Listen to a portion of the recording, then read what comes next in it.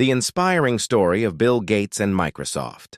Alam mo ba na ang lalaking minsang tinawag na dropout lang ay naging isa sa pinakamayamang tao at pinakakilalang innovator sa buong mundo?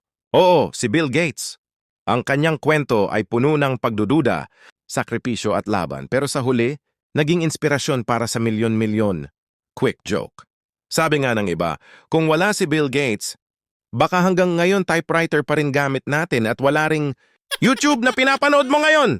1970s sa Amerika, panahon ng typewriter at malalaking computer na parang aparador. Habang ang iba ay naglalaro, si Bill Gates ay nagbabad sa computer. Bata pa lang, nakita na niya ang future ng teknolohiya at gusto niya itong dalhin sa bawat tahanan. Pumasok siya sa Harvard, pero may mas malakas na tawag kaysa diploma, ang kanyang vision. Sa harap ng matinding pressure, iniwan niya ang Harvard. Para sa marami, sayang siya. Pero para kay Gates, iyon ang unang hakbang patungo sa totoong laban. Noong 1975, kasama si Paul Allen, itinatag nila ang Microsoft. Mahirap ang simula, maliit na opisina, kulang sa resources, at walang masyadong nagtitiwala. Hanggang isang araw, ang kumpanyang IBM ay naghahanap ng operating system. Si Gates kahit wala pang handa, tumanggap ng challenge. Nakipag-deal siya, gumawa ng paraan at iyon ang turning point. Mula sa maliit na kontrata, lumaki ang Microsoft. At nang ilabas nila ang Windows, literal na binuksan nila ang pinto ng digital age. Sa loob ng ilang taon, naging bahagi ng bawat tahanan at opisina ang Microsoft. Si Gates na dati ay tinutukso bilang dropout, ay naging isa sa pinakamayaman at pinakamaimpluwensyang tao sa mundo.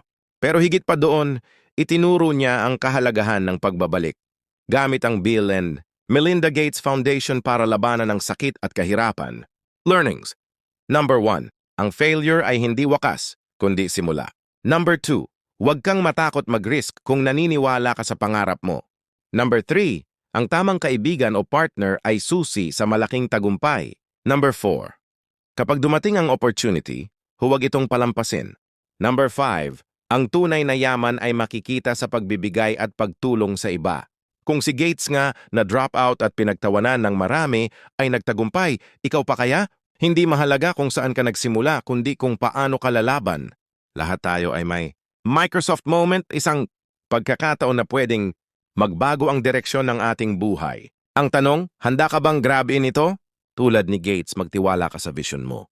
Pero higit sa lahat, magtiwala ka sa Diyos. Sabi sa Kawikaan 16:3, ipagkatiwala mo sa Panginoon ang iyong mga gawa at ang iyong mga plano ay magtatagumpay. Kahit gaano kaganda ang plano mo, kung wala ang gabay ng Panginoon, kulang pa rin. Kung na-inspire ka sa kwento ni Bill Gates, follow at subscribe mo ito para ma-inspire din ang iba. Simulan mo nang isulat ang sarili mong success story. God bless.